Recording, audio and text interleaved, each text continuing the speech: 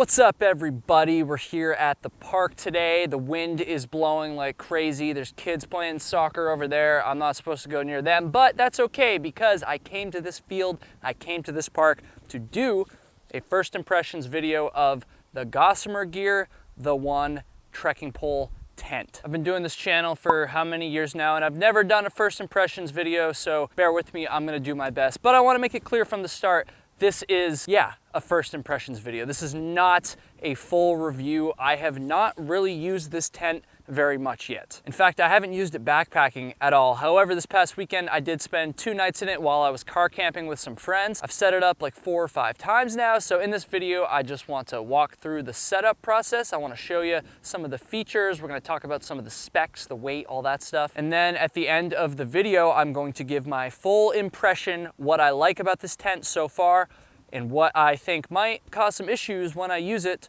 on my upcoming PCT thru hike attempt, which is happening very shortly. So you should subscribe.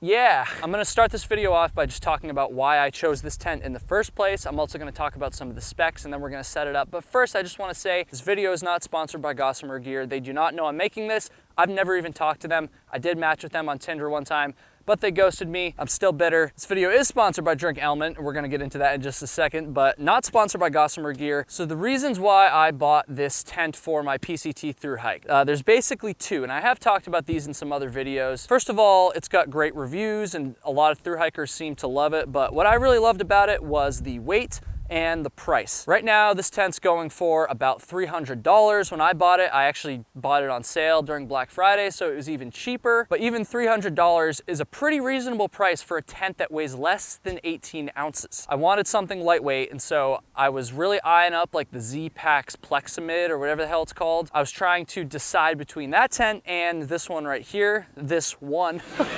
And even though the Z-Pax tent was like maybe 2 or 3 ounces lighter, it was like 600 bucks almost. I want to say this was less than 300 for me. I couldn't pay double the price to just save a few ounces. I know that's not very UL of me, but you know, I'm not rich. I will be if you join the Patreon. No, just kidding. So the price and the weight are what ultimately made me pull the trigger on the old Gossamer Gear The One. You know what I'm saying? And speaking of the weights, like I said, this thing weighs less than 18 ounces. The tent body itself, it actually weighs 17.7 according to Gossamer Gear. You need more than just this to set it up. This is a trekking pole tent, which means, I know most of you know what this means, but in case you don't, that's okay. I'm not saying you're stupid, but you're stupid. You use your trekking poles to support the tent, eliminating the need for actual tent poles, thus saving that weight. Dude, you gotta love that. Of course, you also need some tent stakes. Gossamer Gear sends you 8 stakes, which weigh 11 grams each according to their website. However, you don't need all 8 to set it up. You can actually just use 6.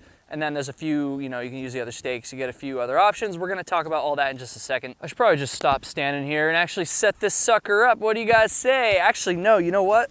Screw that, it's time for the sponsor. Thank you so much to Drink Element for sponsoring this video. Like I said, I'm going to hike the PCT, or try to hike the PCT anyways, in just a few weeks here. And so, you know what? I'm gonna be hiking through the desert. I'm gonna be sweating. And so what I'm gonna be using to replace those electrolytes is Drink Element's electrolyte drink mix. When I thru hiked the Appalachian Trail back in 2018, I was sweating, I was miserable, and if I wasn't replacing my electrolytes, I would have felt terrible because guys, you need to replace those electrolytes. If you don't, you will feel fatigued, you will get muscle cramps, and you will quit your hike. Maybe not, but you want to replace them. And on the AT, I was going into Walmart, I was going into Kroger, and I was buying just like this super cheap, like nasty electrolyte drink mix. Whatever was on the shelf, it was full of sugar, it was full of nonsense.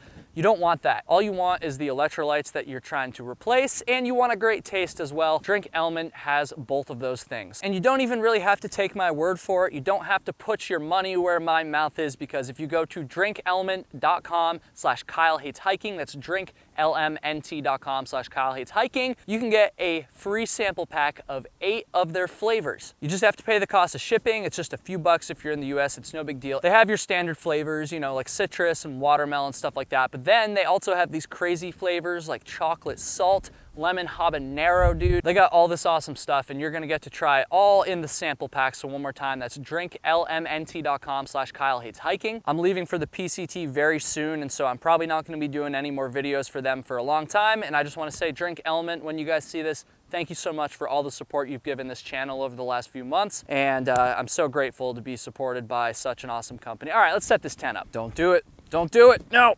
First things first, we just got my tent footprint here. This is the Polycro footprint. It's basically just the tiniest little piece of plastic you can find, and I cut it down to size. So again, I've only set this thing up a few times, so I'm not gonna stand here and claim that I'm some expert in setting it up. So I'm gonna start by just putting it out over the ground sheet as best I can here. And the next thing we're gonna do is just to stake out the 4 corners. I had to pick the one muddy spot on this field to do this shit.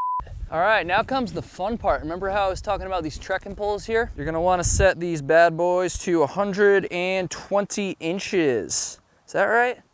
125 inches. So the tent has a nice little spot right up top here for the top of your trekking pole. That is the handle part. And then there's a little eyelet right there to hold the trekking pole in place. And you just pull that sucker out. Stake that puppy in. Now we're gonna do the other side, which you guys can't see for sure. And all right, it's pretty much up now. Of course, I'm gonna go around now and kind of tighten each one just to like get it good. Looks like this sucker can be a little tighter. Oh, look at that.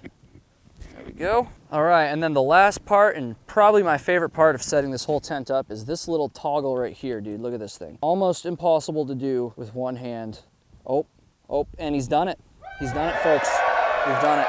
I love that because it just adds like some extra stability, keeps the pole in line. You know, honestly, I give myself probably like a solid C+ on this particular setup. So before I show you guys the inside, I just want to talk a little bit about like some of the extra stakes and pullouts, which we're actually looking at right here. Gossamer Gear gives you a little bit of line that you can tie to this and then like stake that out, you know, down by my smelly feet. So that would obviously give you some extra headroom, and you can do it on the other side as well. I haven't tested that yet, and I don't think I'm gonna start with that on the PCT, just because the whole point of buying the shelter was to go as light as possible. So if I can set it up without extra stakes and lines and stuff, I'm probably gonna do that. It would definitely be nice for the extra headroom, which I'm gonna talk about in a second. Another thing to note about this tent is this front side here, which is where you get in, and the back side are different. So take a look at that, and then come over here, you'll see there's no door on this side, and so the vestibule on this side doesn't go down nearly as far. I'm assuming they did that to save weight, so you don't need as much material because it's not as long, but you know, it still gives you plenty of coverage. I really didn't do a good job. It's kind of loose on this side, but you know. And then you'll see under there, you can see that they got a nice big old mesh ventilation part of the tent. I should probably say too, some of you guys probably realize this already, but this is a single wall tent. So there's no inner mesh and then outer rainfly. It's all just one system.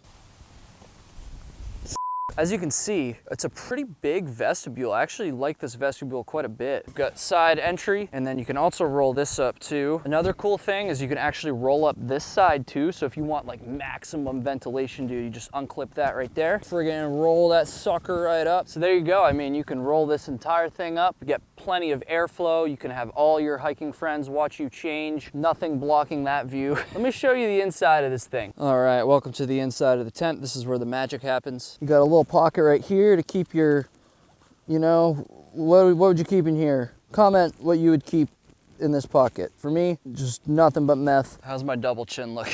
I'm trying to give you guys like a view of how close your head comes to the roof, which I'm realizing now doesn't work at all because I don't have my sleeping pad. But I will say, this past weekend, I slept in here with my sleeping pad and my quilt, and my head was definitely a little bit close to the ceiling. It wasn't like right on it, but I definitely noticed it there. And I'm about 5'10", 5'11", according to my Tinder profile. And I feel like I was almost at the limit. However, remember what I was saying earlier about how you can like tie this out here so that you get more space? That definitely is an option. So I would say if you're taller than 5'10", you could definitely still try it. You just might not be able to get away with like the whole not having this be out. Because if this was out further, dude, no problems at all. But with my sleeping pad and my quilt and everything, my pillow and my giant penis, it was definitely, you know, a little bit close to this. And that also brings me to another point, dude. This is the most uncomfortable position I've ever filmed in. Condensation. So single wall tent, not gonna vent as well. Of course, you know, they got like the vents there, they got this big one here, they got the old sucker up there, but there's condensation in this tent. I woke up the second night that I spent in it. You could feel it right on there. It wasn't dripping on me, I was still dry, but you could tell that condensation is definitely a thing in this tent. However, you know, that's just the price you pay for a lightweight single wall tent. I don't think anyone has invented a single wall tent yet that doesn't have any condensation. So maybe when that happens, this tent will go to shit, but until then, I think that's just par for the course with these tents. So let's take a second to talk about this vestibule, dude. I love this vestibule. That's actually one of my favorite things about this tent. Look how massive this is. This is easily enough space for you to put like your extra gear that you don't want to bring inside the tent. Easily enough space to like sit here and like cook, make food. That gets a thumbs up for my out of focus thumb. Another thing too is you might notice kind of in the corners there how it's like kind of a loose like bathtub floor. Going back to the extra stakes thing, you can actually stake out these corners like this. However, I found that once I was actually laying in here and like my sleeping pad and everything was taking up space, it really didn't seem like there was much benefit to bringing those extra stakes because having all the gear in here kind of just fills out that space anyways. All right, so final thoughts on this tent, my final first impression. I like it so far. I think it's gonna be a good tent and I'm really excited to use it. My two favorite things are the huge vestibule, and my other favorite thing, which is probably the #1 favorite thing about this tent, is it's actually way easier to set up than I thought it would be. I was kind of worried, like you think like, oh, it's like a trekking pole tent, like it's not freestanding, it might be kind of tricky to like set it up. Again, I haven't mastered setting this thing up by any stretch of the imagination, but I was able to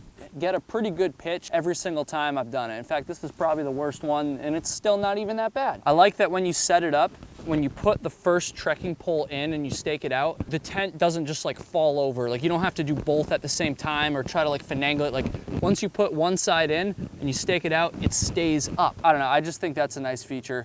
However, the two things that I'm not quite as impressed with, the first thing is just the headspace here like I was talking about. And again, I know I can mitigate that, but I feel like there might be some times if I'm sleeping a little bit too far up this way and then I accidentally bump the tent, I might get like some condensation dripped on me. And then the other thing that I'm not that impressed with, again, this is a pretty tall tent. Like you set your trekking pole to 125 centimeters. So I'm just a little bit worried that the high profile might make this tent not the best in the wind, so that I might die because of that. I just think that wind might be a little bit of an issue with a tent that has such a high profile, but we're gonna find out. Guys, Flossie and I are leaving in just a few weeks. I've been saying this for a while, but I actually mean it this time. Like we're literally just about to start. So if you're not subscribed yet and you want to see how this tent ends up working out for me on the PCT, if I'm still gonna like it or if I'm gonna end up eating all my words, all the good things I said about it, you gotta hit that subscribe button. I'm about to go do another through hike.